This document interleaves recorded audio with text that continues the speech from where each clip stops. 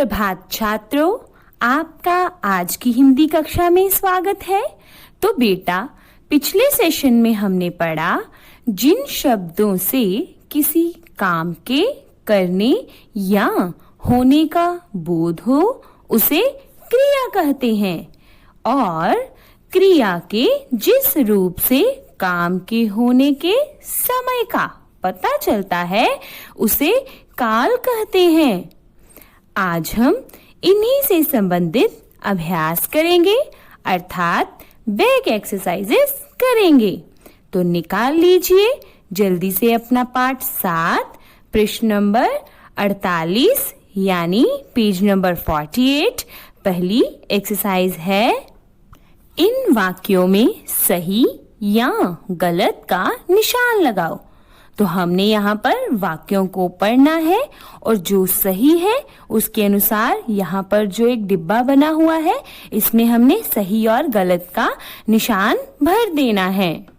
आशा करती हूँ कि आपने अपने पाठ की दोहराई जरूर की होगी। अगर नहीं की तो पहले आप दोहराई करें, फिर इस अभ्यास को सॉल्व करें। तो चलिए हम उदाहरण के लिए पहला वाक्य करते हैं। क्रिया को करने वाला कर्ता कहलाता है, यानी जो काम, क्रिया क्या है? काम। जो काम करने वाला होता है उसको हम क्या कहते हैं? कर्ता कहते हैं। तो यह वाक्य हमारा बिल्कुल ठीक है। तो हमने इस डब्बे में सुंदर सा सही का निशान लगा देना है। तो बेटा, इसी प्रकार आपने वाक्यों को पढ़ते जाना है और अपनी बौद्धिक क्षमता के अनुसार इसको फिल करते जाना है। तो चलिए, आपकी सुविधा के लिए मैं बाकी वाक्यों को पढ़ देती हूँ। एक मैंने आपकी सहायता के लिए लिखकर बता दिया है, बाकी आप खुद करोगे। क्रिया का रूप लिंग और वचन के अनुसार बदलता है। कुछ काम अपने आप हो जाते हैं। अगला है, सकर्मक क्रिया के लिए कर्म की आवश्यकता नहीं होती। अकर्मक क्रिया के लिए कर्म की आवश्यकता होती है। तो चलिए अब हम एक्सरसाइज नंबर 2 पर चलते हैं। वाक्य के अनुसार सही क्रिया शब्द भरो। तो बेटा, यहाँ पर आपको कुछ रिक्त स्थान दिए हुए हैं, आपने इनको भरना है। जैसे पहले नंबर पर है, सिमरन रेडियो डैश रही है। तो बेटा, इसके ऑप्शंस देखिए, सुन और पढ़। तो रेडियो कौन सी चीज है? सुनने वाली। रेडियो हमें संगीत सुनाता है, तो इसीलिए हम इसमें कौन सा शब्द भरेंगे? सुन। तो आपने इसको अच्छे से यहाँ पर जिगजैग फॉर्म में अंडरलाइन करना है और इस शब्द को यहाँ पर लिखना है। उदाहरण के लिए मैंने आपको एक लिखकर बता दिया है। इसी तरह आप अगले वाक्यों को भी भरेंगे। मुझे पता है आप बच्चे बहुत समझदार हो।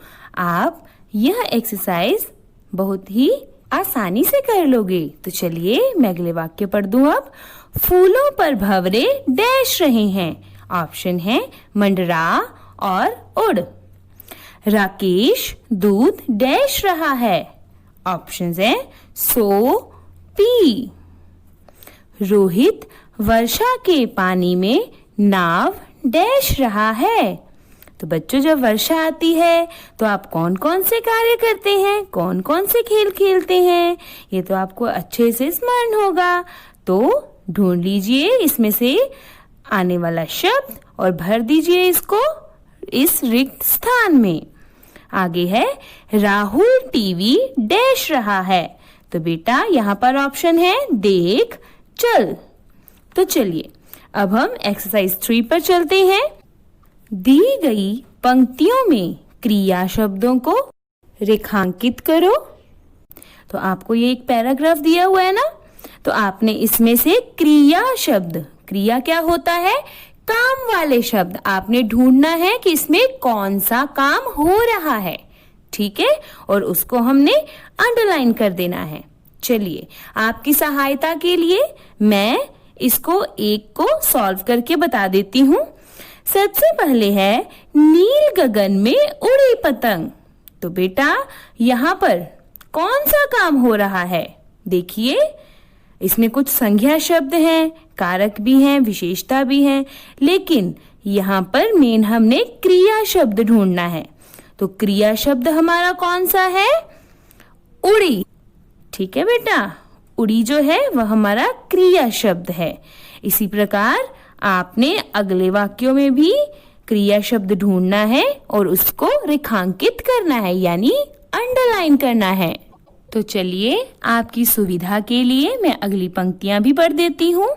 फर फर उड़ती बादलों संग, गाते झूमते पंछी आए, पतंग संग झूमे नाचे गाए। अब आप पृष्ठ 49 मतलब पेज नंबर 49 पर आ जाइए। एक्सरसाइज 4 है, अकर्मक क्रिया और सकर्मक क्रिया के 3 उदाहरण लिखो। तो बेटा यहाँ पर आपको अकर्मक क्रिया एक साइड पर और दूसरी साइड पर सकर्मक क्रिया लिखा हुआ नजर आ रहा होगा।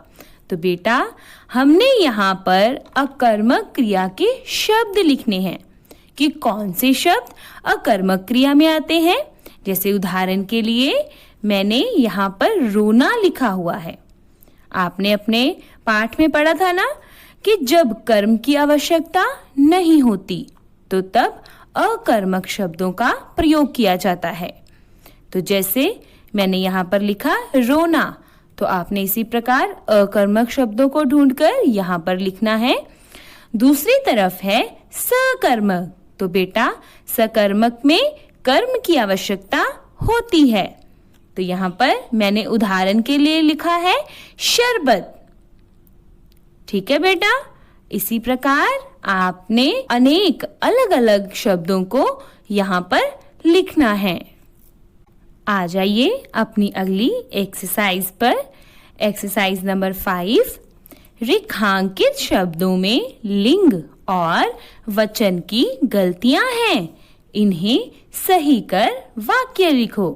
तो बेटा यहाँ पर हमें कुछ वाक्य दिए हैं, उनमें कुछ लिंग और वचन की गलतियां हैं यानी त्रुटियां हैं। तो हमने मिस्टेक्स को ठीक कर कर लिखना है। आइए आपकी हेल्प के लिए मैं एक वाक्य आपको सॉल्व करवा देती हूँ। सचिन सुलेख लिखती है। तो बेटा हमने सबसे पहले यहाँ पर यह पता करना है कि यहाँ पर जो संज्ञा शब्द यानी जो किसी का नाम है वह पुल्लिंग का है या स्त्रीलिंग का है। तो यहाँ पर कौन सा नाम है? सचिन। तो यह क्या हुआ? पुल्लिंग। तो पुल्लिंग के लिए हम लिखती शब्द का प्रयोग नहीं करते, तो इसीलिए यहाँ पर आएगा सचिन सुलेख लिखता है। ठीक है बेटा, आगे के वाक्य मैं आपकी सुविधा के लिए पढ़ देती हूँ, आप इनको खुद करेंगे। मालिन माला बनाते हैं। आगे है बच्चे दूध पीता है।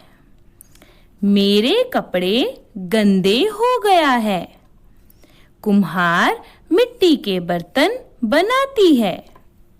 चलिए चलते हैं एक्सरसाइज 6 की ओर। क्रिया किसे कहते हैं? तो बेटा यह तो आपने पिछले सेशन में भी पढ़ा था और आज भी मैंने आज की कक्षा के प्रारंभ होने पर आपको यह बताया था। तो आप इसको रिवाइज करके अपने पाठ से यहाँ पर इसको लिख देंगे कि क्रिया किसे कहते हैं। तो प्यारे बच्चों, हमारा आज का सेशन यहीं पर समाप्त होता है। आशा करती हूँ कि मेरी द्वारा समझाया गया अभ्यास आपको अच्छे से समझ में आया होगा। आप इस पाठ की फिर से दोहराई करना, फिर अपने अभ्यास को यहाँ पर लिखना। हम अगले सेशन में फिर मिलेंगे, तब तक के लिए गुड बाय।